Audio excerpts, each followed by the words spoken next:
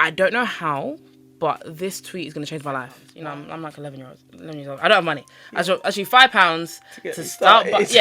Start buying it because you get 5 cookies for £1 in Sainsbury's. £5. I can buy 5 packs. I'll sell it 50p each, and then I'll give you back your £5, and I'll carry on. And at my height, I was making £300 profit a week. Okay, when I came out of the station, it was looking otherwise. I was clutching my pearls, and I'm from Newham, so that's a lot. Okay. I won Business/Finance Creator of the Year. I went straight to the bathroom, and I started crying. Get kids involved when it comes to money. We're not all millionaires. If we were, we'd be on private jets right now. We'd be having fun.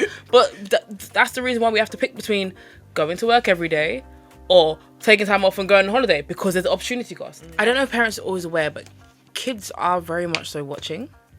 Like, even if you think your kid's not watching, they are watching. Kind of hair. And I'm seeing girls 14 with better hair than me. I said, how are you? I got my first set of bundles. I remember I had to beg my dad for prom. 16, I had to beg him. My dad said £200 on hair. We need to remember that the teachers are still adults and they might not even have the education themselves. So to be able to tell you how taxes work when they barely understand it is a lot. Not Another Money Podcast. Why is it called Not Another Money Podcast, you may be wondering? It's because this is not your typical money show. Get ready for real money conversations and lessons, expert insights from some of our very special guests, and hear some really inspiring stories from everyday people. On this podcast, you're going to learn how to earn more, how to spend less, how to grow the difference, and most importantly, live your best financial life. Hi, Kia. Hello, how are you? I'm good, thank you. Welcome to Not Another Money Podcast. Thank you so much for coming on the show. I'm really excited to have you here today. Excited to be here. Yay. And I'm really excited that you said yes to the invitation. We were just speaking offline. So, oh my gosh, I can't believe you said yes to come on. Like, of course. Big offer coming on my podcast. Gosh, I'm like, yes, I made it. Got the big boys in the seat now. So no, thank you. Really appreciate you coming on today. Always. I'm excited. Yeah, good. Okay, good. So before we dive into the main heart of the conversation, in fact, before we even dive into the games, games? Oh, I love games. Sorry. Yeah. We're going to play a few games. Before we do that, though, it would be good for you to introduce yourself to the audience. Obviously, I mentioned that you're an author, but tell us a little bit about who you are and what it is that you do. Yeah, so I am an author. I guess that's now. I have to get used to saying author. I'm not used to definitely. it. But I'm a personal finance expert and the founder of a platform called Pennies to Pounds, which is a financial education platform that I set up 5 years ago to educate young people on personal finance. So that is what I do. Amazing. Yeah. And what a journey it has been. I've had the privilege of following your journey pretty much from inception, actually. Wow, so it's been a long time. Yeah, 5 years. I can't believe it's been 5 years. I know, it was 5 years in October. You was going viral, and now all of a sudden here we are. It's crazy. It's honestly been a wild journey, and even me, I had to reflect because October was 5 years, and I was like, wow. I didn't plan for anything, and where I am now is not anything that I planned 5 years ago, but I'm grateful for the journey I've been on. Amazing. It's incredible, and we are going to unpack this journey for everyone in this episode, which I'm excited about. But before we do that, what I like to do at the start of the show is play a little icebreaker with my guests, and it's a game of Would You Rather, but it's the money edition. I love this. Yes. So I'm going to give you a few options, and I'm going to ask whether you would rather A or B, and you just have to pick A or B, and you're not allowed to change your mind. Okay, fine. I can do that. Taking your first answer as the final answer. Okay, so would you rather spend your money on endless experiences like travel, eating out, but have zero savings, or be a saving pro, but never splurge on anything fun? A. Yeah? Yeah, I'd rather have no savings because I think experiences is part of life. You have to spend money on things. I think, there needs to be a balance, but if in this example I can't have a middle ground, then I'd go to the extreme and just enjoy life to the fullest. Yeah. I would go with that too as well, because what's the point of having all the savings and you're not enjoying your life? It's pointless. Having all the savings and you don't even get to have fun or treat yourself every so often is pointless. Yeah, no, I'll go with that too. Okay, next one. Would you rather never have to pay for your groceries again, but be stuck eating the same meals every day, or pay for your groceries but get to eat whatever you want? I'll pay for my groceries. Yeah? Yeah. I'm someone, I don't know if it was how I was brought up, but we very rarely have the same meal twice. You know how people have leftovers? Oh, really? Yeah, I'm not usually, unless like I love the thing. Because you know every so often I have like little food obsessions. Oh, I'm having it again. Like we had it yesterday and there's leftovers, I'm going to eat it. But that's very rare. Like we'll have a meal. That's rare, we cook something different every single day in my house. And it's always been like that from growing up. From growing up, childhood? Yeah. Oh, wow. Yeah, it's quite rare. Apart from, I'll say Christmas is probably the only time when we have leftovers. Because I think it's just... Really? Christmas Day, we cook so much that we're going to eat it Boxing Day. But that's about it. In general, wow, it's so quite you're rare. Just cooking fresh every day? Yeah, pretty much. Oh, you really And my dad does that up? now. Yeah, wow. Every day we have a different meal. So every day it's like, oh, what should I have for dinner today? or I'll cook one day, he'll cook another. Yeah. Oh wow! Yeah. Oh wow! You enjoy it. No, we were eating rice every day. That big pot of rice for the whole week. No, we didn't do that. Yeah. No. No. Oh really? No. Yeah. You'd hate to live in my house now, because we eat the same food all the time. All the The time. boys are like, oh, rice again. I'm Yeah. like, yeah, Yeah. it's the same rice again that you had yesterday and the day before. Yeah. So I think I may in fact I'd still go with B, even with that being said, just because the thought of eating the same thing every day It's forever. a lot. Forever is a lot. No, that's long. That's a lot. No, thank you. Even for me, that's too extreme. Yeah. So yeah, no, I'd go with that too. Okay, cool. So next one, would you rather receive a large bonus, but you have to spend it all within 30 days, or get a smaller bonus that you can save and invest, or save or invest and watch grow over time? Give me the large bonus. Yeah. Yeah. Same. Because technically, we haven't really specified what spending is, so I can still invest it and save it. I just have 30 days to come up with my master plan. True. As to how I'm going to divvy up that money. But I can do it in 30 days. That's perfectly fine. That's actually very smart thinking. Yeah, Actually, it's 100%. true, because you can still invest that Yeah, that money. absolutely. You got 30 days. That's a month. You know what you can do in a month? Of course. I've got time. No, it's true. That's a good one. Actually, I never thought of Yeah. that. Okay, cool. So the next one, would you rather have your dream vacation paid for, but you'd have to go all alone, or take a more affordable trip with your friends, but you have to pay for it yourself?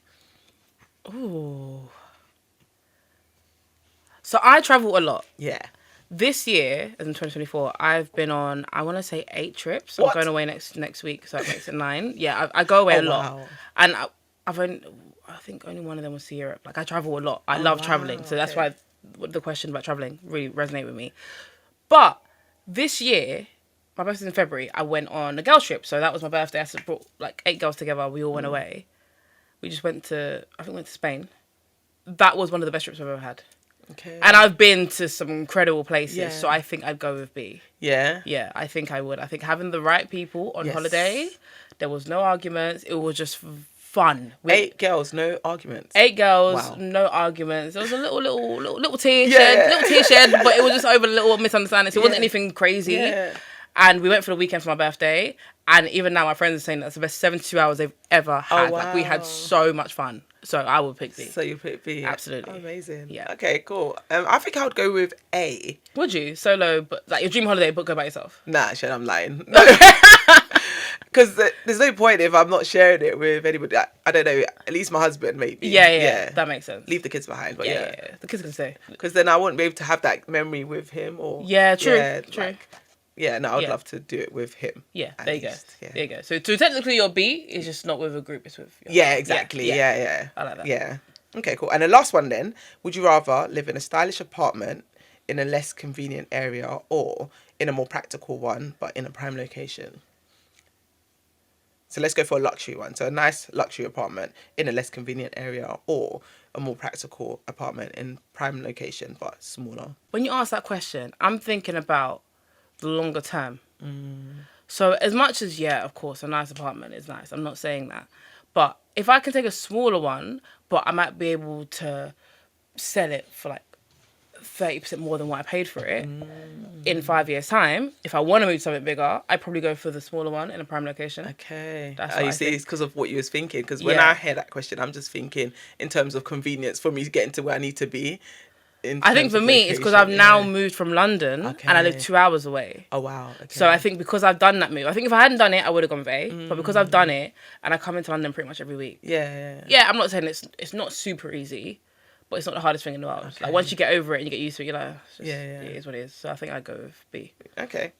Perfect. That's the end of the game. That was fun. I enjoyed that. Good. No, thank you for playing. Thanks for playing. Yeah. And then the next thing we like to do is a segment called Not Another Money Moment. So this is Not Another Money Yes. podcast, and I like my guests to share a significant money moment from either childhood or adulthood that's kind of had an impact on you, how you view money, or your finances, how you manage it, or your money mindset, anything like that. Anything that stands out as soon as you hear that question. Can I give you one that's like a little bit business but still got money in it? Yeah, of course, yeah. So when I was in secondary school, I love this one because I haven't really shared it that much. But when I was in secondary school, I had just started, brand new school, like most kids in year 7. And I went to an all-girls Catholic school. And I'd seen some of the older girls, they would go around different playgrounds and they were selling cookies. It was my first week. I was like, oh my gosh. And someone offered me a cookie, like to buy one. I said, no. But it sparked my brain. And I remember that first week going into school, I went home on like the 5th day to the Friday. And I like Dragon said, sat my parents down, and I was like, right, I want to start selling at school. You're not actually meant to, but I want to do this. All I need is £5. You know, I'm like 11 years old. I don't have money. Actually, £5 to start. Start buying it, because you get 5 cookies for £1 in Sainsbury's. That's what everyone's getting. I remember those cookies. Yeah. So that's what everyone's getting. That's just me £5. I can buy 5 packs. I'll sell it 50p each, and then I'll give you back your £5, and I'll carry on. And then my dad gave me the £5, but he said under one condition, that if you get in trouble, we're not backing you, basically. Like, we're not backing you. If we get a call from school and tell us you were selling, we're gonna come down with you and be like, how dare you sell in school? You know, we're not backing you. Even though we know fully, we're not backing you. And I was like, cool. But my parents were like, I said, fine. That's a risk I'm willing to take, right? Cool. But for me, that shaped me, because I did that, bought the cookies. And I think I actually sold it for 40p to begin with, because all the girls selling 50p. So, you know, to beat the competition. Yeah. So a lot of girls dropped out and stopped selling because they just wanted more profit. Couldn't compete. A few girls dropped their prices, and then I dropped it down to 30p. Obviously, you're getting next to no profit at that point, but I knew it was short term. I had to drop it down to 30p for like a week, and then the other girls stopped selling. Put it right back up to 50p. I was the only person selling cookies now, and I was just selling. But at that point, I was making so much money. Like, I don't think you can understand. At my peak, which I probably say was like year 8 to about year 10. Oh, what? You was doing this for so long? I did it for the whole school year, yeah. And you never got caught? I got caught twice. But you continued. But in 5 years, twice. That's a bad. Great track record, you know. But at my peak, I had other girls working for me. I don't think, like, this was a whole organization. And at my height, I was making £300 profit a week. Profit, not like revenue, no, actual profit. So minus the cost of profit a week. Selling just cookies. At that point, I was doing cookies and donuts, and I'd also do like a little meal deal, so you get one cookie, one donut. Got the meal deal. Yeah, the meal deal. And can you imagine? I would be at school, so my mum would go to. We got them from Iceland, the donuts. My mum would go to Iceland, stack up all the donuts for me. Your mum shopping with you. Yeah. But she do it while I'm at school. So when I come home, she's like, okay, cool. So the donuts were frozen. She had to defrost them. So she'd buy loads, put them in the freezer, ready for me the next day. So when I come home from school, cool, we know it's there. Then the morning, I'd wake up early enough, and then my mum would help me bag them up into like our little meal deals. So we do 2 or we do 1, and then we had them in separate bags. So I'd sell them. Like, how many donuts do you want? Okay, you want 2? Cool, that's the price. Yeah, and I don't think it's like I was making money to the point where I remember there was one time, my mum needed some money. I had to pay for something, right? She didn't want to walk to the bank. The bank where we lived at the time was like a 25-minute walk into the high street. So my mum was like, Kia, can I borrow £300 and I'll give it to you like tomorrow when I get to the bank? Secondary school kid. Yeah. And I was like, yeah. I said, yes, and yeah. I said, just take the money. I said, what do I have to do with the money? At that age, I said, yeah. If you just, she's like, I'll put it back tomorrow. I said, my mum, whatever. Yeah. She did, obviously. She didn't want to go to the bank. And yeah, I gave her the money. So this is, bearing in mind, I was in school like 2009, 2014. So at the time it was BlackBerry. So I bought myself a BlackBerry because I wanted to be, you know, actually no, I lied. I didn't confess. I bought myself an iPhone first. That had just come out. It was an iPhone 3GS. So I was like 2 models up from the first one. I had an iPhone 3GS. And I remember trying to tell everyone, I said, guys, download this app WhatsApp. You can get it on your BlackBerry. I said, get WhatsApp. No one's get WhatsApp. And I said, but that's the only way I can talk to you. I've got an iPhone. No one's get WhatsApp. Everyone had a BlackBerry. So then I bought myself a BlackBerry as well. So I had 2 phones in year 7. What? So I kind of BlackBerry Messenger because no one wanted to get WhatsApp. I said, guys, trust me. WhatsApp is the next big thing. Everyone's gonna be using WhatsApp. Foresight, yeah. I said, everyone's gonna be using WhatsApp. No one wanted to hear me. Everyone wanted BlackBerry Messenger. So I had to get BlackBerry so I could be still keep in touch with your people. Oh my god! So I think that really shaped how I saw money and how I saw business. Wow! All because I made one decision. Because I saw the girl. I said, "Oh, this is quite easy. Just to make." Okay, so there must be some backstory to that then, because everyone else saw the girl buying the cookies and just continued to buy cookies, right? Yeah. They weren't thinking the way you thought. So where would you say that comes from, that entrepreneurial spirit that you had at such a young age? I think if I actually unpick this, I only had this conversation with my dad this week actually. Yeah. I was trying to unpick this. And growing up, maybe when I was about 8 or 9, I would say. 9 is when I actually did my first ever business. But sorry? 9? yeah. Oh, so you had one even before this? In primary school, I did. So what was you doing in primary school? My mum had taught me how to knit over the 6-week holidays. Yeah. So I went into school autumn time. I charged everyone £1. They could pick the colour scarf they wanted. So I'd do my homework. After my homework, I would quickly knit the scarf. It took me about an hour and a half. And then I'd go back, give them the scarf the next day. And it kind of went like that. Even teachers would buy from me. Yeah, even teachers would buy from me. Yeah. And they just give me double because they felt like, oh, little girl. Yeah, exactly. I was like, yeah, I'll take £2 then. Yeah. Wow. Yeah. Okay, so the primary But sorry, school... yeah, sorry. In terms of where that came from. Yeah. So I probably, maybe around 7 or 8, I would say. My parents used to take myself and my brother. My brother's 5 years younger than me, so he would have been tiny, like 2 or 3. And we used to go to the pound stores, like discount stores. And at the time, I never really understood until one day I asked my dad, like, why do we keep coming here and you keep buying tons of toys, but we don't get any?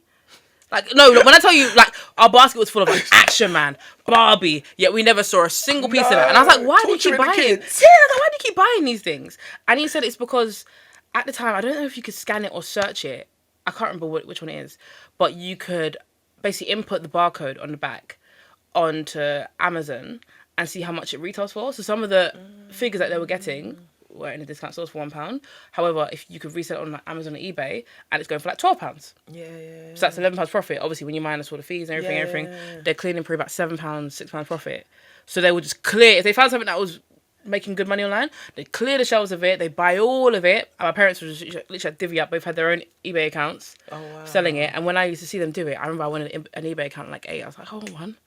And he's like, you have to be like 16 to have an eBay account. You can't do it. But I thought it was so cool because I'd be with them. Sometimes like Sundays would be like the packing days because it's going to send out all the orders that have been purchased throughout the week. Yeah, so I think it was seeing them do that when I got to school and I saw these girls making money, I said, this I can do. I can't have an eBay account, but I can sell cookies at school. But it's the same concept, isn't it? Yeah. You buy low, sell high. So exactly. You saw your parents do that and follow that blueprint. Yeah. And that's incredible. That's amazing.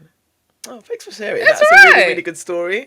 Wow. Making me rethink my time at secondary school. I was not thinking about But business most people weren't doing that, though. My friends weren't doing that. And even, I told you that I had people working for me. It was mainly my friends. Yeah. And I remember I asked them when they wanted to start working for me, I said, what do you want in terms of payment, right? I'm thinking that they want, like, the price of one bag, what I'd get, like £2.50 a day, right? I was like, that'll be fair. They'll shift more than one, but that'll be fair enough. All the girl just said, we just want a cookie. I said, this is the cheapest labour I've ever hired. Wait, so you weren't paying them money? I was paying them a cookie every day. Food. Yeah, so imagine one pack was just dedicated to everyone who worked for me. So £1 every day is what I was paying, essentially. I had about five. So they were selling cookies for a cookie payment. Bear in mind, each of them were probably selling about 4 packs each. Wow. I had about 5 girls. And then myself, I was also selling as well. Wow. But I guess some people are born entrepreneurs and some are not, right? Because they just want all of them want a cookie. Didn't drop for them at all. Yeah, and in my head, I thought they're gonna want one pack, £2.50 each, and that'll be fair, you know. What's that like? £12.50 a week, right? Yeah, which is like that's good money. That's still good money. Yeah, but they said they wanted a cookie. No. I guess that's good that you asked them no price then instead of giving them a price. Yeah, like, okay, if that's what you're worth, I said. If it was me, I'd want money. But you guys want a cookie? Cheapest labour ever. Wow. Yeah. And they were happy with that. They did that I definitely had them for about a good 6 months to a year. They were doing that, yeah. Getting paid in a cookie. A cookie. And nobody... Of their choice. Yeah, that's what I'm saying. It's the fact that they didn't have 3 different flavours, so you can pick which flavour you wanted each day. And I guess for them, it's the convenience of the cookie being given to them, right? Rather than them having to go to the shop to buy it. So and they save money. So where they would have spent 50p to get their own cookie, now it's like, okay, I need to sell cookies, but I could also have my own. And what would happen is the girls would ask, where'd you get a cookie from? And they'd be like, I've got it. If you want to buy one from me. And then they just give me the money. They just give me the money and be like, can I have a cookie? I'm like, yep. Wow. Yeah. That's such a good story. That is such a cool story. I think my closest thing to being an entrepreneur in secondary school was doing hair. I started doing hair for my friends actually. Yeah, 10, 11. It was like £5 to do like these zigzag cables at the front of the hair. You're one of those cool girls. Yeah. I couldn't do that. No? I still can't do that. Okay, I still can't do that. I used to do it a lot. To be fair, I did a lot of heads for free before somebody offered me money. And then I was like, oh wow, I could get paid for this. Yeah, you're like, okay, that's cool. kind of where it started. Yeah. I love that though. Yeah, so that was my only thing that I did. But I think that was more my natural gift that then turned into business. I wasn't forthright thinking about a business opportunity the way you were. That is super cool. Thank you. That's super cool. Okay, so then that leads nicely then into the conversation today, right? Yes. We want to talk a bit more about your platform, Pennies to Pound, yes. which you mentioned at the beginning. And it'll be good for the listeners that don't know your story to kind of understand how that came about, because I remember hearing about your tweet that went viral that you did, basically explaining about ISAs, I think, to your audience at the time. Yeah. And overnight it exploded and your platform grew. But tell us a bit more about that story and how that all came about and what made you even do that tweet that day. Yeah, so I was at university. Yeah. I was studying French and business at the time. And I had a lot of friends. As soon as I got to university, I'd moved away from home. A lot of my friends had done the same, but they didn't know how to manage money. But I think because I had that business sense, my parents had given me a lot of financial education because I had to, you know. But like, as we mentioned, what kids have £300 just going spare every week? I had to learn how to manage my money, so I took regular trips to the bank, all those kind of things. I can't tell you where all that money went now. I probably spent it on nonsense. I probably said, yeah, we can just do this and buy that and blah, blah, whatever. Or like BlackBerry, iPhone. Yeah, do you know what I mean? Like, I spent on absolute nonsense. I don't know where it was. Some went to savings, some went to this and that, whatever. But because I'd done all that, I had a lot of lessons. And I got to university, friends would come to me for help and I'd help them. Then at one point I said, there must be other people who are also our age who were equally struggling. So in 2018, I turned to YouTube, started creating YouTube videos on personal finance, and they were doing all right. But I think, one, I wasn't comfortable in front of the camera yet. You know, it's a big deal to be in front of a camera. Yeah. I mean, you and I are used to it now. Yeah. But I'm sure you can remember your first video. Oh, gosh. I very much remember mine, and I was so awkward. Very awkward. Because it's weird to talk to yourself. Talk to yourself, yeah. Like, you seem crazy. It's not normal. Yeah. No, it's not normal. So I did a few videos, but then I kind of put it on pause because it wasn't the right medium for me, plus I was studying, so I just put it on pause. Then the following year, in 2019, I was working part-time at Apple, and I had a lot of stuff going on that year. I remember that. Had a lot of stuff going on that year. I had a lot of uni and a lot personally, but one of my friends who knew that the year previous I had created YouTube videos was like, hey, Kia, my mum's just come and told me I needed help to buy ISA. I don't know what it is. She told me I need to put £1 in there, but I'm just not going to just do it just because she's told me to. Like, I want to understand it. So can you explain it? Wow. And at the time I had maybe about 2,000 followers on Instagram, something like that. And I was like to her, cool, I'll do that. She's like, yeah. I said to her, like, how should I display the information? She's like, maybe you should tweet it because it's easier, comprehension-wise, but then just screenshot the tweets and put it on your Instagram story because that's where my following is, but just like tweet it out so you've got that format. I said, you're smart, I'll do that. So I remember I was going on the train. I worked in Oxford Circus branch, the flagship branch of Apple. I was on the train going to work and I was compiling the information. I'd kind of written it out, but I just wanted to double check all the information was correct because at the time I even referenced what banks had the highest interest rates. So I wanted to break down everything, right? Wow. And I'd done the thread and I was like, okay, cool. When I get internet, I'm just going to double check that everything's good because once I hit press, I'm going to screenshot it and put it in my story.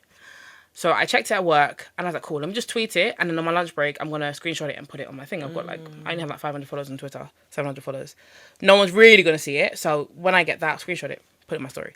4 hours later, we weren't allowed our phones on the shop floor. So 4 hours later, I come back to my phone and I think my phone was almost dying. And I was like, why is it almost dying? Obviously I work in Apple. So I just plugged in my phone at work. Yeah. And I was like, why is it almost dead? I came with like 100%.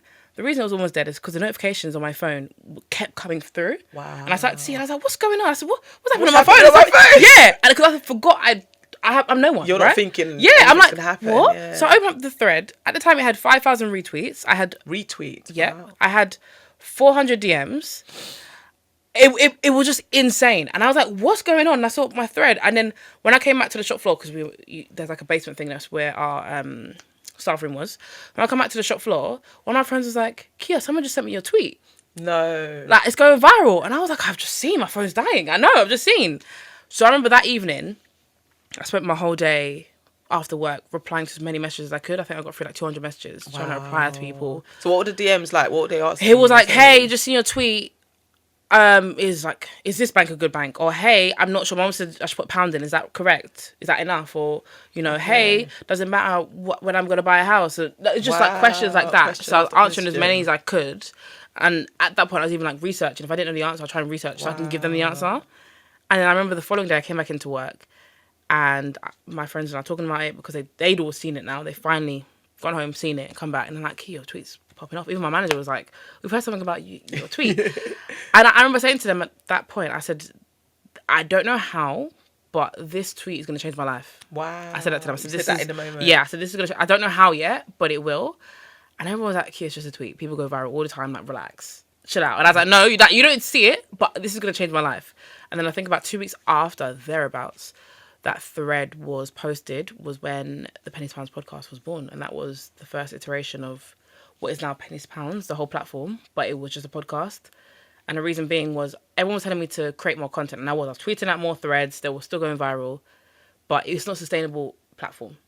So people were like, oh, start a YouTube channel. I was like, I've done that. I'm not ready to be back in front of the camera. Someone said, write a book. I said, relax.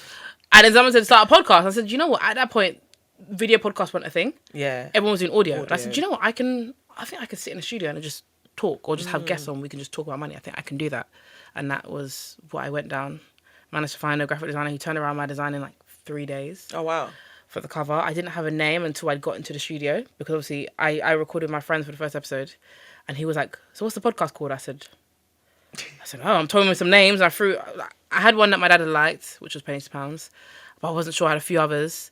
And I said that to him and he was like, yeah, we'll call it that. He said open a podcast and say, yeah, welcome back to the Pennies to Pounds podcast. Yeah, that's it. That's what we're going with. And that was how it happened. That's how it was birthed. Yeah. What an incredible story and an incredible journey. And what I like about it is the fact that you didn't start this platform to make money. You started it to help. Yeah. Like literally from somebody asking you something and you thought, rather than just serving the needs of that one person, let me share that with as many more people that also need that information and can benefit from that information. And as a byproduct of you being so helpful to so many people, you've now been able to create a sustainable business. So it's just proof of the fact that don't chase money, chase impact. Absolutely. And that's what you've done. 100%. I mean, and that's still what I abide by today because ultimately I just want to help people. Yeah. That's all I want to do because I grew up in Newham in East London. Oh, gosh. Which is... See? Already? I said, oh, gosh.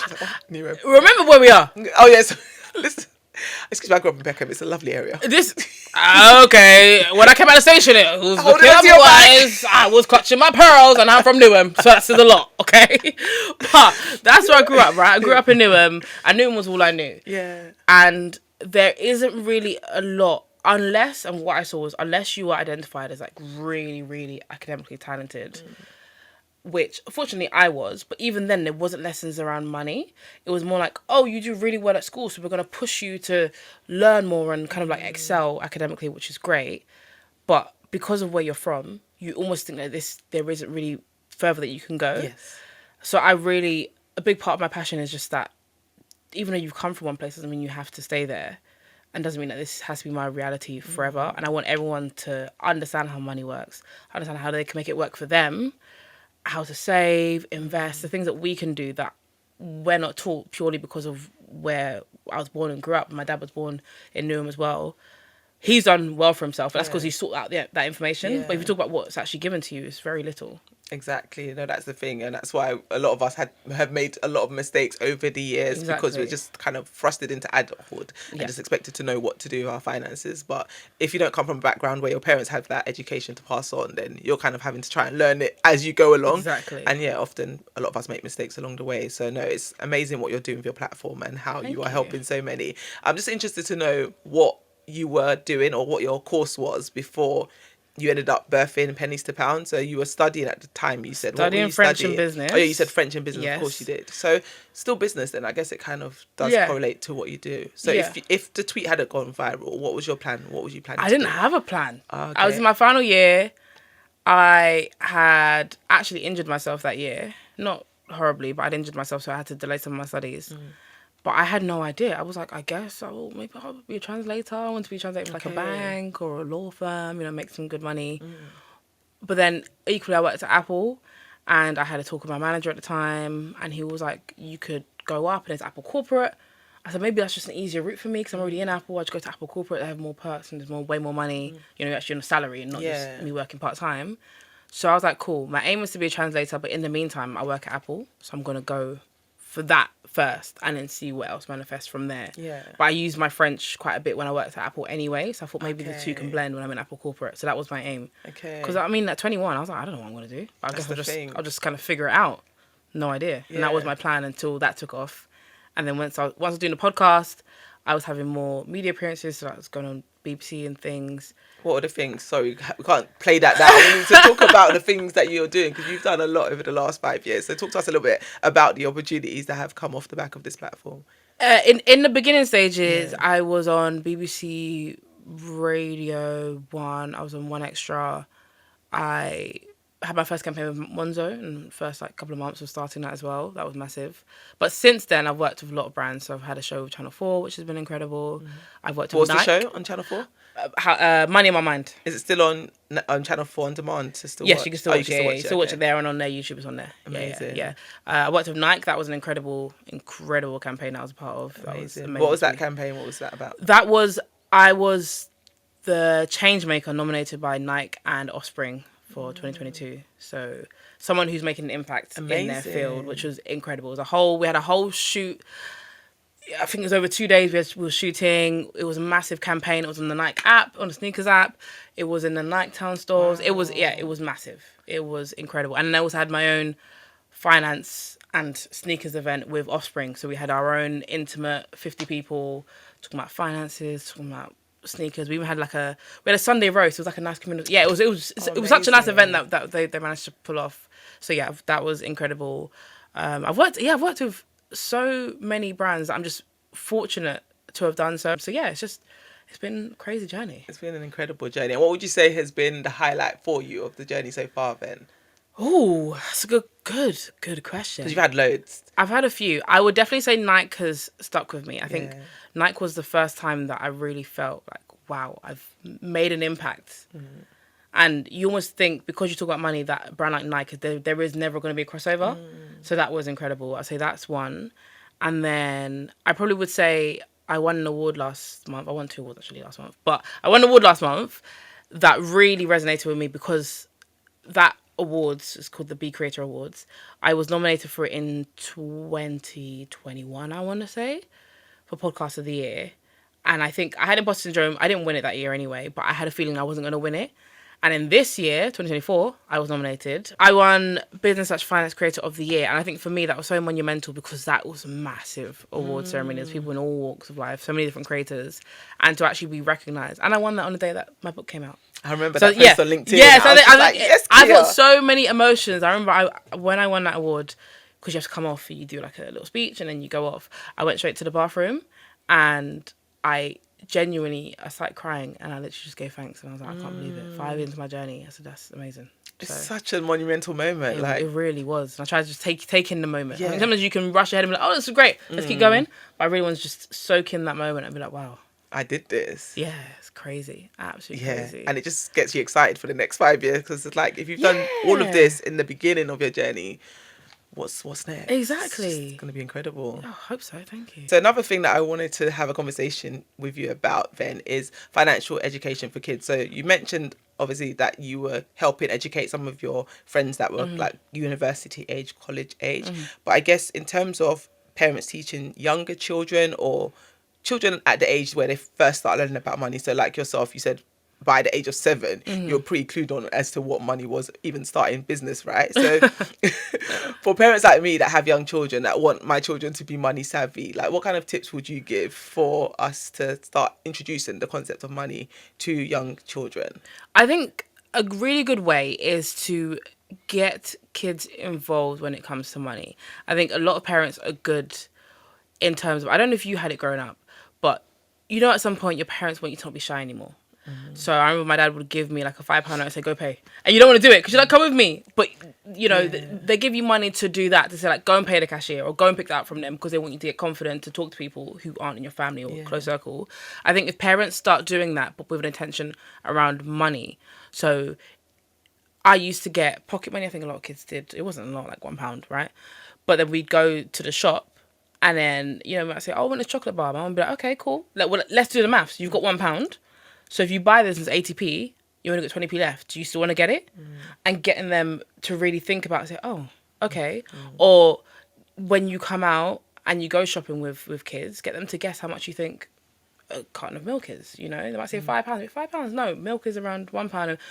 And get them to do that. Or things that my parents would do is we do chores around the house, and they only started paying us so we could understand the value of money. So we didn't get paid a lot. I'll be getting like 20p to do this, 50p to do that. But it's just so you can really see, wow, I did an hour's worth of work. I had to really clean. My one that was assigned to me every week was I had to clean the bathrooms, right? And I had to do a deep clean. So my dad will come and inspect and say, nope, you've got to do that again. I had to do a deep clean. That will take me like 45 minutes to an hour. I'm stinking of bleach, right? I'm just like scrubbing things. But when you get that 50p, you're like, wow, that's a lot of work I had to do. And it really makes young kids appreciate and value money, for them to start to understand how money works, and even encourage them to save, get them like a money jar, and get them to be very intentional. If they get birthday money, Christmas money, or any kind of occasion, they get money from outside people, get them to save. I have a godson who has turned 1, and for his first birthday, I got him a money box in the shape of his name. And I did that. I mean, it's very cliche. Cause I was going to say, very cliche. The money lady, yeah. Very cliche. That. But I did that because I said, as he gets older, I will help you guys to teach him about money and that value. So even when he gets stuff and he thinks, I want to buy this, mummy, do you have the money to buy it? Because it's not mummy and daddy's going to give you the money all the time. If you have money, it's going to count up how much you have and how much you might need. Maybe, what you want to get is £20 and you have 15. Maybe we'll give you the 5. Yes. But you need to understand that we've given you the 5. And what does that actually mean? It's not just mummy's giving you money, Or maybe I'll give you the 5 now. When you get back the money again, I'll take out the 5 because this is how you understand how much. You know what I mean? Just bring in real life lessons at not as young as possible, but I say probably around 4 or 5. That's when kids are really going to start understand how money works. Yeah. And they'll be very clued up if you start from early. Just drip through the lessons. It doesn't have to be severe. You don't tell it to a 5-year-old, we pay a mortgage. This house is not free. We pay a mortgage. That's way too severe. Just drip through the lessons at the relevant ages and severities. It's funny you should say that, actually. I remember seeing a reel that went viral of a mum doing the same kind of thing with her kids. So she basically charges them rent. And the house charges them rent and utilities and everything. Yeah. The comments, she was getting ripped to shreds. I can imagine. I got the gist of it. Just the what she's trying to get. It was a bit extreme. It's like, wow, the kids are paying rent. Imagine them going to school like, I got to pay rent to my mum. They're like, huh? It's a bit much. Yeah, like, social services. I understand the lessons, but I don't think they need to be that severe. Maybe at 5, you can get them to start paying for stuff. Or if they want to say, Mummy, I want a sweet. Okay, well, here's £1. How much is the sweet? The rest is yours. But if you want to buy something else, that's all the money you've got. So now you've got to decide. When we go out again, you have 60p left. Do you really want that? Can you afford that even? What you want is 70p. You only got 60. I'm not giving you 10p. So you can't afford it. No, that's good. Those lessons. No, that's really good. And that's similar to what I've been doing with my boys. So it's good to know that I'm on the right track. Yeah, of course. You're a pro anyway. Yeah, no, because at the moment, well, we've been teaching them for a while about money. But like literally, for example, today they've got their Christmas fair coming up. And so I've been telling them all week, I'm not paying for all the stuff at this Christmas fair. So whatever you want to do, go to your piggy bank and take the money and we'll use that to buy the tickets for it. So today we went to they had like a table where they were selling tickets for the different things, and I made them bring their money from home, and then they were individually paying for their events that they wanted to do. And so then they had to pick between the things that they could do, because there's so many options. These people know how to make money off of you, these parent teacher associations. There's like a fee for everything. And I was just like, it's too expensive. Like £4 to speak to Santa, £4 for your gift. £4? Yeah, £3.50 for a hot dog. Like the prices were just added up. Oh my god! And I was like, are you sure you want to spend all your money on all of these things, or maybe pick 1 or 2? So in the end, they picked like 2 items off of there. So they paid with their £10 and they got £2.50 change each. Yeah. But a part of me was feeling bad. I was like, am I teaching them like a scarcity mindset by me putting these boundaries in place? So telling them you can only do 2 out of the 5 things, or it's good to teach them like those disciplines, right? I think that money doesn't go on trees. I personally don't see it as scarcity. I think for me, scarcity is if you had the money and you refuse to spend it. So if they had the £10, you say no, you can't spend it. Nope, you can't do anything. Sorry, you just got to watch. Nope, because you have the £10 and we can't spend that. It's not worth spending. I think that's scarcity, because that's always telling kids from early that money doesn't come around that often. So when you do get it, you got to hold on to it. Okay. I think what you've done is enforce discipline and reality. We're not all millionaires. If we were, we'd be on private jets right now. We'd be having fun. But that's the reason why we have to pick between going to work every day or taking time off and going on holiday, because there's the opportunity cost and it actually costs money. So when you go out, you really know, if you're in a restaurant, there's a reason why we don't order 10 things. Unless you're celebrating something, you're probably going to pick, am I going to have a starter today? Starter's a bit pricey. Maybe I'll just have a main and a side. And a water. And a water. Maybe I won't get a drink this time. Actually, I want a drink. So I'm just going to get a main and just a drink. You know what I mean? That's why we make the decisions. And I think the earlier that kids understand that, the better it is. And then they don't grow up thinking that money grows on trees. I can just ask mummy for money every time I want to go out because she'll just give me more. Exactly. And that will manifest. You think it's harmless now, and I'm not saying you can't do it every so often. Of course, that's right. I'm taking you out. Yes, we're gonna have fun today. But if you keep doing that, I have friends when I was at university which called their parents up for money, and one day when they said no, we're not doing it anymore, they're like, what do you mean you're not doing it? Because they've had years of you constantly giving them money. You can't now say no. What do you mean no? Yeah. Well, you don't have money. Yeah. Where's your money gone? Like, you've always had money. Like, what's going on? You've always had money. You kind of build that out, whereas I was more realistic. And in university, I didn't have money. Yeah. So I didn't call up my dad for money unless I really had to. And even there was one time I was in dire straits and I really needed the money. I was crying on the phone to my dad. And he said no. He probably could have helped me. He probably could have financially helped me. He wanted me to learn a lesson about finances, that money doesn't grow on trees. So you've got to figure out a way out. I love that. Yeah, I mean, okay, it that's was good a tough to know. lesson. I'm not but failing. Yes. No, that was a tough lesson. But in general, I think you're definitely on the right. Yeah, you're doing it. Yeah. No, I think it's important to teach them the differentiation. That you can't just have what you want when you want it. And I think I came to that realization probably about 3 years ago, because I think I had done it all wrong for a while, in that I was buying them everything that I didn't have as a child. So it's like all the things that I wish I could have had growing up is what I was now doing for my children, thinking they're never going to suffer the way I suffered. Yeah. Not to say that I actually suffered in hindsight, Yeah. but, you know, my parents did the best that they could with what they had at the time. But I remember growing up some birthdays where it's like, oh, what I wanted for my birthday I never got. So when I had my children, I was like, I'm never going to do this to my children. They're going to have everything. Everything else, I'm going to get them everything. Yeah. Yeah. And I did that for a few years until I realised, no, I've made a mistake. Because I noticed at one of my son's birthdays where he was just opening the presents and just dashing everything everywhere. Like, he'll open it, it's like, more clothes again, throwing that aside. Okay, Just like, oh, yeah.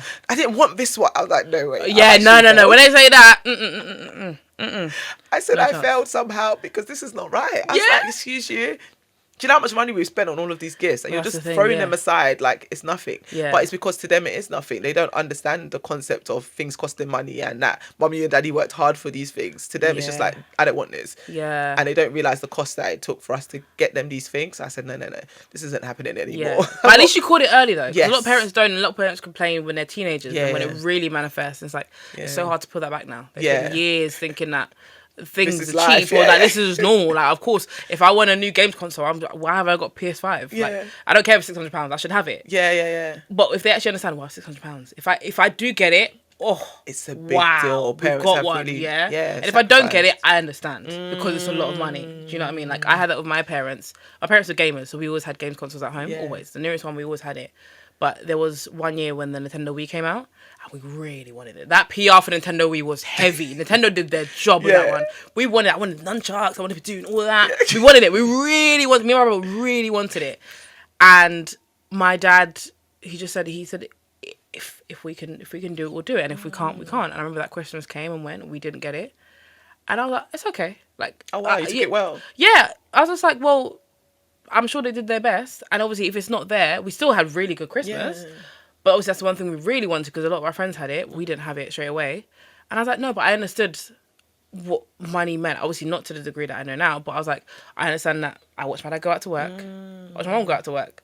And they come home. And it's a lot. And they feed us. And like I said, we had different meals every day. There's a lot of things that I got that I was like, I understand if the the Nintendo Wii right now just doesn't fit. Wow. And so we can't get it. mature. Yeah, but we got it, I think, the following Christmas. We finally got it. Love that. And when we got it, we played that to death. To death. We used that. Probably at the point when people would just stop using it, we used that for years. I love that. Years. And there's a lesson there in not spoiling your children, because that's a prime example of, because your parents didn't spoil you and they taught you the value of a pound and you understood how money worked from young, you were able to not be a brat about the fact that you didn't get what you wanted for Christmas, because actually you know that your parents have tried hard and money isn't easy to come by, and they've worked hard for their money. So if they've said no, it's not because they don't want to and they're being mean and they're just trying to ruin your life and not let you fit in with your friends. Yeah. Actually, there's a reason for it. Yeah, and we had games consoles. So Yeah. even though they couldn't get us, remember that, even though we couldn't have the Nintendo Wii, they got us new games for the current consoles that we had. look at So that. I was like, well, I'm chilling. We're Like, good. We're good. We still got so many consoles anyway. Like I said, my parents were gamers, so that's why we had so many. Yeah. We had tons, and there was certain games that we wanted, and we got those games in place of the Nintendo Wii. And I was like, that's absolutely fine. We've got new games to play. Christmas Day, we can pull out the games. Cousins come around, let's all play the games together. It was fun. Yeah. That's fine. And I remember, I think my cousins got it, but we didn't get it straight Yeah. away. But we got to play theirs. Wow. So we understood how it works. So when it came, we said, Yep. put the straps on. We know how it works now. We played the know how to cousins do one. it. We got our own. Cool. Yeah. Yeah.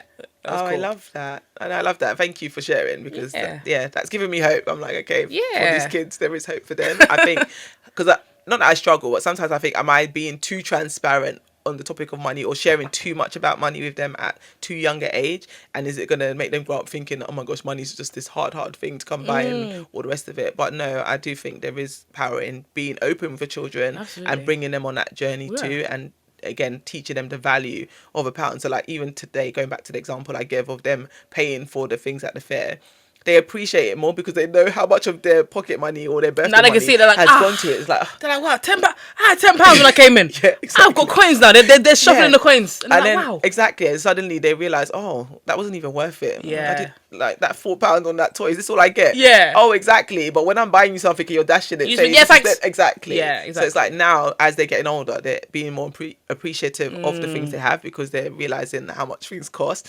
And going back to the example you was talking about as well, in terms of when shopping in a grocery store and stuff like that, that is something we do with them as well, in terms of looking at the prices of things on the shelf and getting them to see how much certain items cost and seeing if they can go for the alternative. Sometimes it's like, okay, can you see like these two things are the same thing, but that one costs more because of the name, so you're paying for the name, not necessarily that it's a better quality product or anything like that. So those little lessons we are teaching them, and it's all, they're getting there. They're getting there. It is a process, like many things, like learning math, science, English. It's all a process. It's all a process, but no, that is good. So you'd say, in terms of growing up, then for you, family-wise, did you guys have a lot of conversations about money beyond the entrepreneurship side of things? Like, your parents were quite open about money. Yeah. So I wouldn't necessarily say like I knew how much my parents made. That's a lot of information. That's a lot of information. Yeah, too much info for them. Not to that degree, but I was aware. So if something had gone well, my dad might have been like, oh my gosh, yes, we could, guess what, we're going to go on a family holiday because I don't know, he might have been working more hours and he saved up for it and we can do it. Then we'd be like, oh my gosh, that's so cool. So I think they really did bring us into that so that I was aware. That's good. Okay, so then in terms of parents then teaching our children about money, how would you say parents can model good financial habits for their children without overwhelming them and without necessarily always talking to them about it? But how would you say? I don't know if parents are always aware, but kids are very much so watching. Like, even if you think your kid's not watching, they are watching. And you know that if you speak to people that you know about their upbringing, they will probably tell you of one instance where they saw their mum overspend and spend all the time on the catalogues, or they'll tell you another point where dad would never spend any money, right? At all. So once you realise that, 'cause I think a lot of parents don't give their kids credit. I'm not saying when they're tiny, tiny crying babies, but once they're about 5, 6, they start to become aware of your behaviours. So I think it is just being more conscious about what you do and what you say when you're around your kids. So I think it is maybe doing things like, even if you don't need it, like creating a shopping list, right? And you've got that shopping list, and then now your kids see you tick off a shopping list. They might not know why you have a shopping list. It might just be so you don't forget stuff. And yeah, that is part of it. But part of it is just so I don't unnecessarily spend on nonsense, right? So I don't just keep saying this, that, and that happens when you don't have a shopping list. You think, I came out for milk and bread and now I've got 10 items. Why? Because I just saw things on offer and I said, oh, I'm going to throw that in. Or it's kind of like just showing that you're not just splurging, or not even just flipping comments like saying, I don't know how I'm going to pay for this, but we'll figure it out next month. Those kind of things kids pick up on.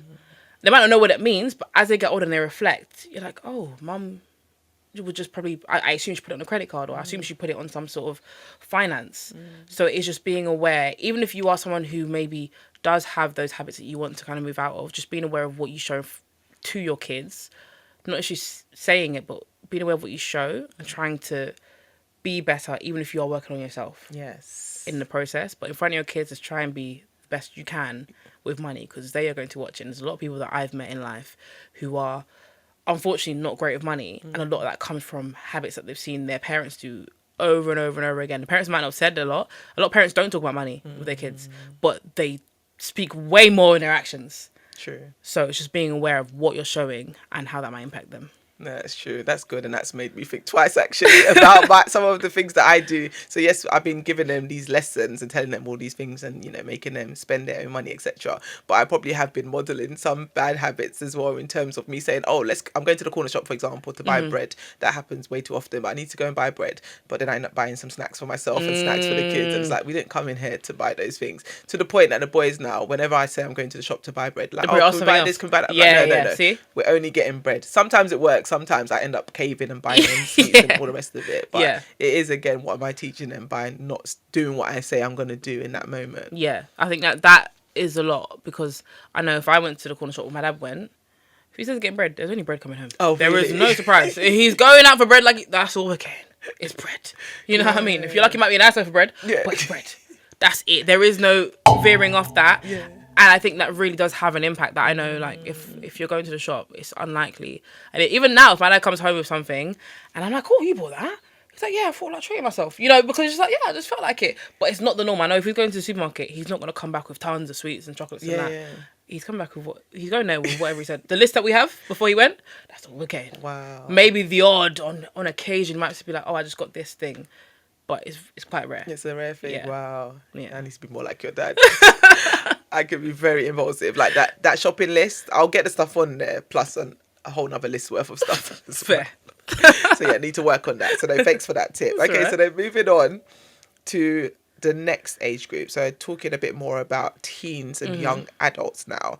What would you say are some of the best first steps that they can take in order to manage their money? So now they're not living, but they're a bit more independent with the money that they have, right? So what are some of the tips you can give and advice you can give to them to make them manage their money more responsibly, would you say? One thing I say, I spoke to a lot of secondary school kids actually last week, and one thing I was saying to them was it's important to have a spending journal, especially because that age group, you've never probably really been taught what good spending looks like, and you don't really know until you see how you spend. So you keep a spending journal, and that is essentially whatever age, through from like 11 up, where you're writing down everything you buy. Do that for like a week, right? So if it's parents listening, encourage your teens to write down everything that they spend. And I mean everything. It doesn't matter if it was I don't know how much Frodo is now, 69p Frodo. Doesn't matter if it's a Kinder Bueno. Doesn't matter if it was 3 packs of crisps. Everything that they spend every single day for a week. And then you get them either each day or at the end of the week to reflect on why they bought it and the feelings that they felt behind each purchase. And that helps to really unpick things that they probably haven't confronted themselves as to why they spend. Because I think a lot of spending habits that people have when they're adults, a lot of it is emotion driven, and we don't really always connect the dots early enough for people. But it might be, I had a really bad day at school, so I just bought loads of chocolates on Monday because it was horrible. I had an exam and I don't think it went well and I bought tons of chocolates. Or it might be, no, I really wanted this and I was saving up for this top, so I bought this top. You know, you can really unpick that, and then parents are able to have that conversation with their kids and say, okay, cool. So now we can see how you spend. You see, if you add it all up, you see how much money you actually spent this week. You know, we gave you £20 and you spent £19.60. Like, you basically spent all that money, and most of it, 80% of it, you didn't really need. You know, and gets them to really understand how money works. Because whenever I speak, the kids I spoke to last week, I spoke to probably about 100, 200 young people who were all under about 16. And I would say, out of, let's just say 200, I would say probably 190 of them told me they were bad with money. Wow. And I was shocked. There's only about 10 who said, oh yeah, I'm good with money. When I asked them why, I said, because I save my money. I spend a little bit, but I save my money. Wow. But 190 of them, when I asked them, how do you think you are with money? They all laughed and said, I'm terrible. Terrible. Gosh, And when I asked why, they said, I just spend it on everything. They literally said to me, I spend it on nonsense. I said, what would you call nonsense? They said, I just go into the shop. If I see something nice, I'll buy it. And I don't even know where it is. I don't know if I use it. That's them. And I'm talking to 14-year-olds. You know? And if we don't get them to start thinking about money and thinking about not only just the value of it, but how they spend it, why they spend it, that's just going to be an ongoing cycle. And it's going to get even worse when at 18 they can access lines of credit. You know, because now you don't need money now to spend on nonsense. You can just apply for a credit card. And I remember at 18 getting a letter through the door telling me to apply for a credit card. I didn't do it, but there'll be kids who do, who think, oh, brilliant, I need money now. You see what I mean? Yeah, but you'd be like, oh, I don't even actually need money now. Yeah. I can just go and spend and just put it on a credit card. And again, you're spending on nonsense. So I think that, for me, is a key way, alongside obviously the normal education, but getting them to really be aware of their spending. Because that shocked me when I spoke to those kids, how many of them really would deem themselves bad with money already. What area was it in? Do you think that it's a demographic or... I was speaking to predominantly kids who were based in the Midlands, so all throughout the Midlands. Okay, so it was a range. Oh, okay. Throughout So the Midlands. And that was across the board. That's what you were seeing. Yeah. Oh, so what do you think that is then? Do you think that stems from a lack of financial education and the parents are not passing it down? I think it's a few things. I think it's a lack of financial education. I know that schools are trying to enforce it in PSHE, but how rigid and vigorous that is, I don't know. I think it's that. I think it's also learning from their first teachers, which is their parents or guardians. But I also think social media has a part to play, because look how easy it is to shop, right? You need to be 13 and over to have a TikTok account. We already know there's pretty kids who are way younger on that platform. I'm well aware. I see my friends and their young siblings who are 9 on TikTok. I'm like, why are you on TikTok? Yeah, how did you get here? Right? Yeah. But if we know that young kids are accessing places like TikTok, even if they're on the right side, like there's nothing malicious on there, it's just videos, funny videos, whatever. It's become so easy to shop. Yes, they can't physically shop because they haven't got a bank card. But now when they do have money and they're out with their friends, they want to shop because they can't do it online. Or I love my favourite influencer, and she got this nice new top and she buys stuff every single week. They don't really understand that influencers get sent stuff. We know that because we've been in this world and we understand how it works. But a kid at 13 has no idea that their favourite influencer gets sent stuff. They think that they spend their money every day to get new tops, new dresses, new shoes. Yeah. So when I get my £10 from my parents, I'm going to go and buy a new top. And when I get another set the following week, I'm going to buy new shoes. You know what I mean? Yeah. So it's all of those things combined, which is why we can't really control the social media side, unfortunately. But we can control the education that we do give them. So if they are going to spend, then they can do it with more information around it. So you can say, right, I'm going to buy this top. But you know what? Maybe next week I'll just save that money. And next couple of weeks, I'll just keep building it up.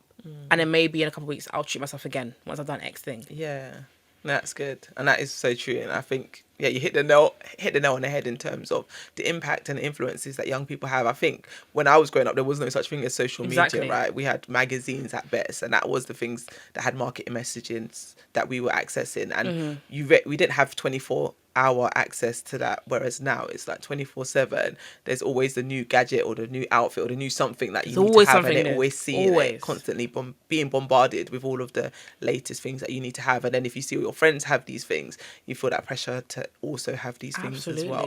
Like even when I see some of the young girls and the hair that they have, I'm like, I did not have access to that kind of hair until I was 18. And that was even my own funds. That was me saving up hard-earned cash to have that kind of hair. And I'm seeing girls 14 with better hair than me. I said, how are you? I got my first set of bundles. I remember I had to beg my dad for prom. 16, I had to beg him. My dad said, £200 on hair. £200 on hair. But he bought it and he said, never again. Yeah? That's because it was prom. Then after that, when I got my next set, I was 18 and I worked like a dog. 60 hours I put in to go and buy those bundles. So those bundles I was shaking them every chance I got, because that cost me time, energy and money. Yeah. But when I'm seeing these 14-year-old girls and their hair is laid. I'm like, where's the money coming from? No, I really want to know where this money's coming from. I don't know. If it's the parents, I want to know what you guys do. I want to know what you guys do to be giving your kids that kind of money. Same. But I feel like it's the pressure. It is parents are under a lot of pressure to give their kids these things, because like in our days, like even go back to the example that you gave, right, with that Nintendo, your parents didn't get it for you, you moved on with life, whereas now I feel like children wouldn't take that no for an answer. A lot of kids, they really would, but mom, this person's got it. They will literally have a breakdown. I need it because everyone else has it, so there's no more. It's hard. I don't envy anyone raising kids in this kind of climate. I don't envy you, boy. I know. Four boys. Oh yeah, I got 4. Yeah, I'm sorry, man. I'm giving you my prayers. Keep me in your prayers, please, because Jordan 4s times 4. I don't know who's paying for that. They're gonna have to have Reeboks, man. The game's the game. Trainers are trainers. Reebok, but they're not gonna be able to, are they? Because I know. Realistically, who wants to be a victim? Like, you have to. And it's hard. It's hard finding that balance, because I don't want them to be materialistic and care about the brands and all the rest of it. Like, I just want them to be content in who they are. But at the same time, they're young children, so where's that balance between not wanting them to just be too materialistic, but at the same time you don't want them to be totally isolated and ostracized. Yeah, it's hard because these things now are so expensive. Because obviously there's always been an element of materialism growing up, right? Yeah, it's more expensive. With yours, me. I remember the things that I wanted was like a Paul's boutique bag, £20. £20 for the market, like oh my like gosh. do you know what I mean? Oh, I wanted like I think I wanted, what are they called? Oh, there were shoes, pastries. Oh, do you want pastries? Yeah. I wanted pastries. I wanted to get pastries. She found me some on eBay. You know, my parents are eBay warriors. Found me some on eBay. It was like £40. Wow. Calm. You know what I mean? Everything was relatively. At one point, I don't know why we had business wearing chinos, but chinos were the thing. I wanted chinos. We found them in New Look, £15. Yeah. Do you know what I mean? Like everything was cool. Like it wasn't. Even though because you want it, we're gonna get it. But even if we do get it for you, it's not gonna break the bank. It's not okay, crazy. Cool. We can do that. Whereas now the things that they want, bundles, £300. Huh? Even me myself, I still haven't stretched to it. You know what I can't do it. That's a birthday experience. Yeah. And they're doing this everyday hair to go to school. I'm just like, I don't know who's funding this. I really don't. I don't know. Skincare, like as young as 10, that's a thing. I'm like, skincare, cocoa butter is all I had at the age I'm of 10. telling you, my mum. So I don't know. I'm sure other boroughs do it. But when I was living in Newham, they used to do these summer schools, which were free for kids to attend. You could attend 2 over the 6 weeks. And my mum sent me to like a skincare one, right? Because like for women, it was really cool. Like 3 days, we got to learn about that. I remember I came home, told my mum, I said, right, I need a cleanser, toner, and moisturizer. I've learned how to clean my skin properly and learned the steps because it was really cool. I was like probably like 11. I probably was about 11. And my mum took me to Superdrug and we got the basic one. It was £3. Yeah. So it was £1 each one. And my mum said, there you go, cleanser and moisturizer. Cheap. Now I'm seeing the girls with Korean skincare. 30, 40, £50 for one item. I said, this is crazy. The prices are crazy. The prices of everything now, it's insane. So I don't know how parents are doing it, or how these young people are going to be able to do it. And it is quite scary, because I'm just like, the pressure that these young people are under to like just to be, it's crazy. It's a lot. It's insane. But thank God for people like you and your platform that are bringing that financial education and awareness and literacy to young people. And that's a perfect segue into your new book. Yes. Oh my gosh, my book is here. How to Handle Money. Yes. Okay. Crazy. So crazy. Yeah. So tell us a bit about your book then. Yeah. So How to Handle Money, written by me, is a beginner's guide to personal finance for young people. So it's age 11 plus, and it essentially gives the lessons that we're not taught at school when it comes to finances. So chapter 1 starts with budgeting and saving. Then you go through to like the art of smart spending, how to negotiate, what cashback is, all those kind of things, all the way through to investments and scams within that. I even talk about influencers and who to take actual information from.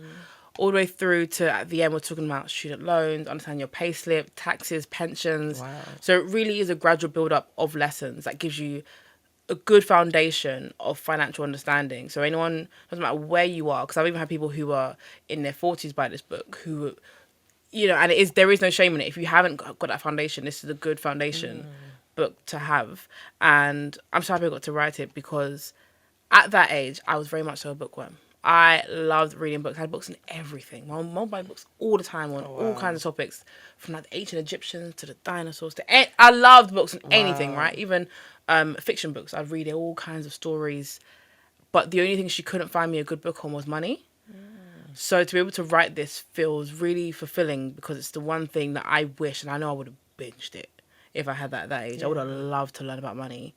But there just wasn't really that out there. I used to go to the library all the time, couldn't really find books for kids about money. So to be able to fill that void is amazing. Even now when I go into the bookstores, there's about 4 books for money. Still 4 books about money for kids, yeah. There's still not money, and my book is one of them. One of the 4. Yeah. Obviously, it's very more online, but in bookstores, you know, it's still a very small It's a very section. small section. It's incredible. It's amazing that you're able to do that and fill that gap. And Thank you. my young boys, they're going to be reading that like one by one. Yeah. They're definitely going to be can go diving through into that. it. I've had a brief look through it and all the chapters. I like the way it's all laid out. Thank Even you. for me, because I'm not a bookworm like you, sadly. So I don't like to read. So this is perfect for someone like me that doesn't like to read, because it's just bite-sized chapters. That's which I can easily digest. Exactly. So Yeah, really and I wanted the artwork so it can kind of bring it to life. I think sometimes if you had to flick through 160 pages of just words, and it's really a topic that you might find daunting, that's a lot. Yes. But bringing it to life, and each chapter has a activity to do to kind of reinforce the learning that you've just done reading the chapter, which I wanted to do so people can really feel like they've learned something. You know, we haven't just spoken about saving. Now it's put together your own savings goal. And what does that look like, and what you're trying to work towards. And that's good, because that's how you actually learn. Because it was one thing just reading it, but if you just read it and it just goes over your head, then you're not actually going to take it in. But actually, if you now need to put into practice what you've read, now it solidifies your learning. Exactly. So, no, that's brilliant. So then in terms of feedback so far about the book, what chapters have resonated with people the most? People find it really useful. There was someone that I spoke to, again, when I was speaking to the young people, and they were interested in putting their money in a savings account. And they'd gotten the book and they were like, it's such a comprehensive breakdown of different savings accounts and what I can pick. But I think the one that really gets people is either the chapter on investing or more so the last chapter, which is around pay slips. I think that's the one where everyone keeps coming and says the pay slips part is very good, because I have a visual illustration of a pay slip and I break down what each part is. Because a lot of these kids, when they hit 16, I did, got my first job, you get a pay slip. All I cared about was how much his money is coming home with me. I didn't understand how they worked it out. I had no idea. I just said, I just know I got paid X amount and that's what I got to play with. But a lot of people, even now, don't understand what different numbers mean. They don't understand what different numbers mean. And I think the way that it's been broken down in the book, I thought we to really understand, like, oh, that's that threshold. And I understand, oh, I pay that because of that. I even had a conversation with someone recently who said, oh, no, I don't pay taxes because I'm a student. I said, that's not a thing. That's not a thing, by the way. It's not a thing. You must just earn under the threshold. It's not because you're a student. There is no kind of student exemption. But again, that's the lack of education. Oh, okay. I think I had that same lack of education because Yeah, I was thinking, 'cause you when think, I oh, was 'cause I'm a student, I I just- think I used to think that too. I'm like, no, it's just because you are earning under the threshold. It's not because there is no special. Oh, if you're a student, you don't pay Under 18. anything. I don't know why I used to think that too. I thought No. under 18, you Yeah. just don't pay taxes. No, but you probably just aren't earning enough. If Which if you makes if you sense came back out of then. school and went into a full-time job, Yeah. you would pay taxes. Just because you're 16 doesn't mean like, oh, keep your money, baby. You're 16, enjoy life. No, you'll pay taxes. It's just because you probably are working a paper round or working in a Yeah, salon I or was do working in something. retail, yeah, You know what I mean? part-time. Doing something where you're not earning a lot of money, so you don't reach any kind of That threshold makes to pay sense. for anything. Really, that's why you think you don't pay taxes. Because one of my friends is like, oh, I need to. How dare they tax me? And I said, how much money did you make? She told me money. I said, yeah, that was correct. Of course, the tax man is taking his cut. You made a lot of money there. Yeah. That's amazing. Okay, so we spoke about some sessions that you've done recently in schools. Yeah. And you've been helping with the financial education, like delivering workshops and stuff. What more do you think schools can do around the topic of financial education and improving financial literacy for children? So this is a heavily debated topic, and I think it will be, even when it is brought in schools in whichever way, like formally. But I think it's unfair to put the onus on teachers. Okay. I know a lot of people think that teachers should be teaching their kids. Teachers' jobs are to teach their specialist subjects, especially in secondary school, right? Their job is to be a science teacher, a maths teacher, whatever. Where even if they're a form tutor, I don't think we need to put the onus on them, because we need to remember that the teachers are still adults and they might not even have the education themselves. So to be able to tell you how taxes work when they barely understand it is a lot, and they don't have the spare time to research and understand it fully enough to then teach kids. So I think it is down to schools to actually have a money week where throughout that week they're going to have workshops for the kids and they're going to bring in external people and have an allocated budget. Or you have like a fair where, I don't know, you might organise something, or schools can come together and we have one massive fair and all the schools in this local area, we come to this one place and that day is going to be loads of money workshops, interactive things. There's all different inventive ways you can do to keep costs low, because I know obviously but a lot of schools don't have tons of budget, but still educate their kids. Okay.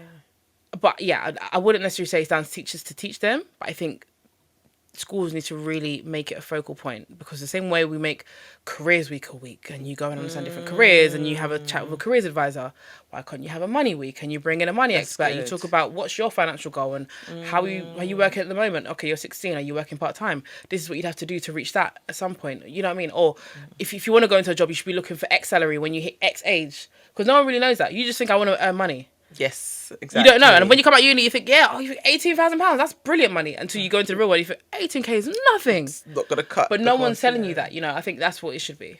No, that's good. I think that's a really brilliant idea, to be honest, and more schools should take note. So hopefully any teachers or head teachers listening to this can be like, oh, actually, that's a great idea. Let me contact Kia to get her in to do Talk Money Week in my school. I think that'd be good, I think that would be really good. Because we do have those days anyway throughout the year, like specifically for finance. We do, but I don't think but it's they're not picked enforced up in by schools. and stuff. So I think if it's they something could like get that. behind those campaigns. Yeah, even do it brilliant individually idea. in schools, or like I said, do local community, like all the schools in one area, 5 schools come together. Exactly. And in this one hall, for example, for the day, you bring in your students at different times and they all get to learn Reduce about the cost this that and way. That's actually a yeah, brilliant everyone idea. shares the cost. So then it's, do it over 2 days if it's like there's a lot of students to get through.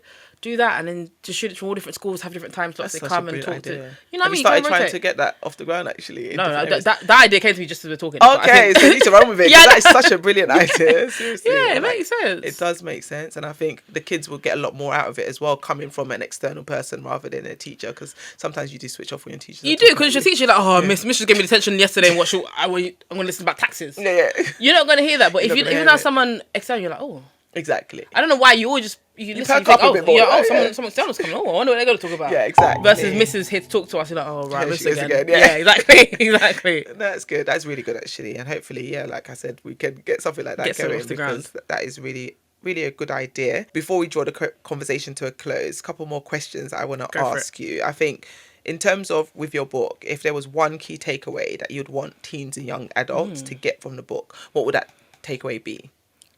I think that takeaway would be that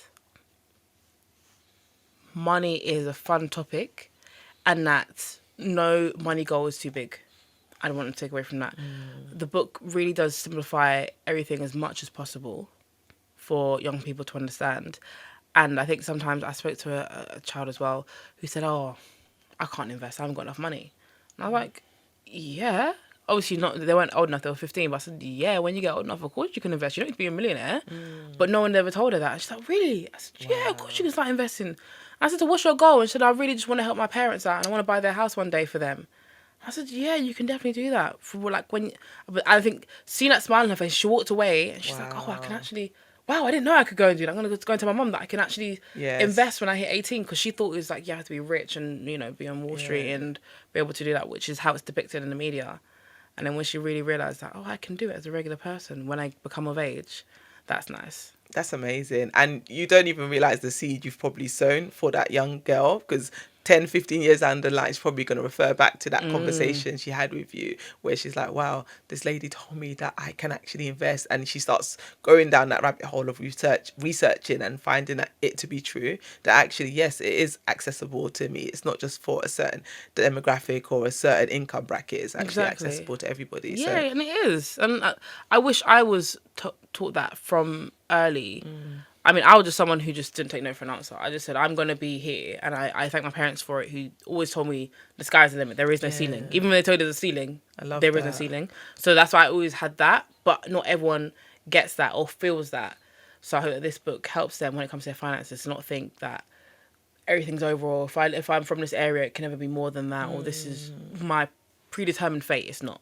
No, definitely not. And just your story in itself solidifies that point. The fact that, like you said, came from Newham, not the best area in London. All right. Chill out. Newham's getting a little flack.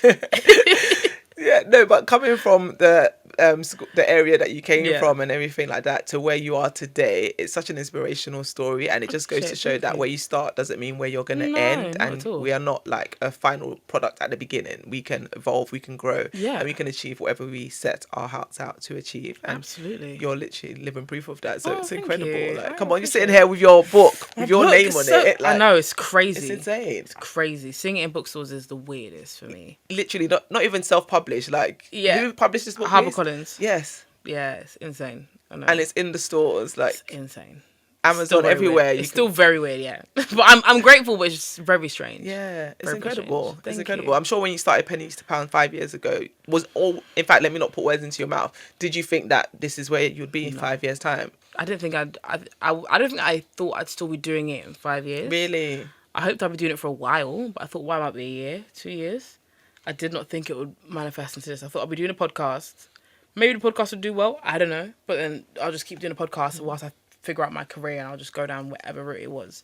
But the only reason I pursued it full time because I was coming out of university and I didn't really know where I wanted to go. But a lot of opportunities that came up would either come up last minute or during the day. And if you have a job, I can't now tell my boss today, oh, by the way, Monday I'm not going to be in. Sorry, I've got an opportunity. Yeah. Who's going to say yes to that? So I realised I kind of have to just do this because I just need to be available. And at the time, there was a lot of things that would just come up very last minute. Like, hey, do you want to come on this? I'm like, I do, but it's only 2 days notice. Okay. So I was like, cool, I'm just going to bet on myself and just see where this goes. That's a big risk that you took then. So how long into Pennies to Pound did you take that risk, that jump, and leave your job? 5 months in. Oh, wow. Yeah. Very early. Very early. I handed in my resignation. I remember I just emailed it, but I was going to work that day. Wow.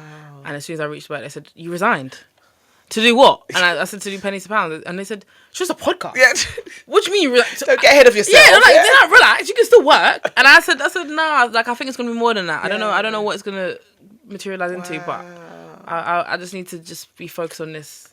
And the good thing is, when I worked at Apple, you had 6 months where you could return. Okay. So you didn't have to interview. You could return at any point within those 6 months and just walk back into your job, essentially. So that was my backup. I said, I'm giving myself 6 months. And if in those 6 months, nothing really happens, I'll go back to my job and I'll just carry on and I'll figure out my path from there. Look at that. But I never did. And there's a lesson there for listeners then in terms of betting on yourself. Like, even when you don't see the whole path ahead, just believe that you can achieve what you set your mind to achieve, and don't think that this is it for me. Like, I can achieve whatever I put my mind to. Absolutely. And you've literally done that. But taking that leap and taking that jump, it's hard. That I was gonna say. I'm not gonna underestimate that. I was obviously younger, had less responsibilities, so it was easy to do and make that jump. Yeah. But making that jump is not easy. Yeah. But sometimes you just have to decide and just say that But I think the one thing that gave me pause was that I had savings. I had about 7 months worth of savings. Oh, there you and go. then I had that 6 month window to go back to my job. So I think if you have that, Like if someone came to tell me and say I've got a year's amount saved up, and I've got like a window where I can come back, or even if that's not the case, you just got savings. Just having that back up, yeah. I would say do it. If you've got a year, that's a year where you can bet on yourself. Yes. And then if not, if you get to 9 months, you're unsure, then start applying for jobs again. Yeah. Start looking again in 9 months. Okay. Right? But you've got 9 months to basically focus on whatever it is you want to achieve and give it your absolute best. I also believe if you gave it your absolute best and it didn't have the outcome that you wanted, you can leave and say, I tried. I gave it my best shot and I tried. No. But if you never tried, then those are people who get to old age and say, oh, if only I tried that when I was in my 20s or 30s or 40s. I should have just given it a go, and who knows where I'd be now. Yeah, you don't want to live with regret. You don't want to. But you don't want to just quit your job on a whim either. No. So that's only time you back gave up. context. Yeah, it's good that you gave that context, that you had that I did 6 months to return and you had money in the bank. And at the time you were living at home as well, right? I was living at home, exactly. So you have that back. That had all of those. You had all those things in place. You had a roof over your head. You've got to give that context, because I don't want people to listen to this. Be like, right, brilliant, resigning tonight. No. Please don't quit your job. Just please, like that. if you've got the money and you kind of figured out a plan, fine. But I would say at least 6 months. Because 6 months is you're not going to see results overnight. So if you just have 2 months saved up, you're probably going to say it's not going to work. Yes. You need at least 6 months plus. Yeah. To just see what could happen. Okay, no, that's good. So then before we go then, any final bits of advice to two audiences? So first of all, parents wanting to help their kids get good with money, and then also young people wanting to get good with money. Any final words of advice or encouragement that you would give to them? And in fact, the third one actually, in terms of advice to anyone wanting to take that jump that you took in order to be an entrepreneur. So there's three different audiences. So for parents, advice teaching their kids would be just to be mindful of how they are with money and what they show their kids, like we said earlier. But also go out and seek resources. There are resources specifically made for parents. Obviously, this book is one of them. I was going to say, yeah, this book is one of them. But there are resources geared towards parents being able to educate their kids. So go and seek it. No one's expecting you to be an expert. What kind of resources would you recommend? BBC Bite Size do have a lot. They've got like a money section now, which is really good, and stuff for parents to download and give to their kids. So I think focus on trying to do that when you have holidays like Christmas, 6 weeks holidays. Give them something and get them focused on that. And see if your local communities run anything. I mentioned that Newham does stuff, but see if anywhere else does little workshops that you might not be aware of unless you go and seek out in your local community, number one. 2, young people who want to get better with money, I would say you can't do much by way of applying once you're under 18. You know, you can have junior versions of things, but you can't really do much unless your parents do it. So get clued up by educating yourself. I think that's the one thing that I try to encourage all my friends to do. They didn't do it much at that age. But you can always read about stuff, right? You can go online and you can watch a video on how credit cards work. Even though you're 15, you can't get a credit card until you're 18. Yeah. Let's understand, what does APR mean? What's an interest rate when it comes to a credit card? Oh, okay. If I've got this, understand how these vehicles work. So when you do come to it, you're like, you can't get me. Yeah. I know how that works. I'm going to use a credit card to build up my credit score and not just go and splurge on nonsense and I have a plan. That would be for young people. And if anyone wanted to take the leap, would be to do 2 things. To have a vision board. I know you're a big vision person. So am I. I love a vision board. Have a vision board so you know what you're aiming towards, but then put together a robust plan. Very good. Yeah. And one thing on top of that I do now, I don't know how much for you use AI. I love ChatGPT. That's been a game changer. Me and Chatty G. It's literally like my buddy. Like honestly, Chat knows everything about me. I love ChatGPT. But I would say when you come together with your plan, put it in ChatGPT and then use the prompt, say, this is what I'm working towards. These are my goals. List out all your goals, right? And just say, this is my plan for the next 12 months. Identify weaknesses that I haven't seen yet and tell me how I can fix them.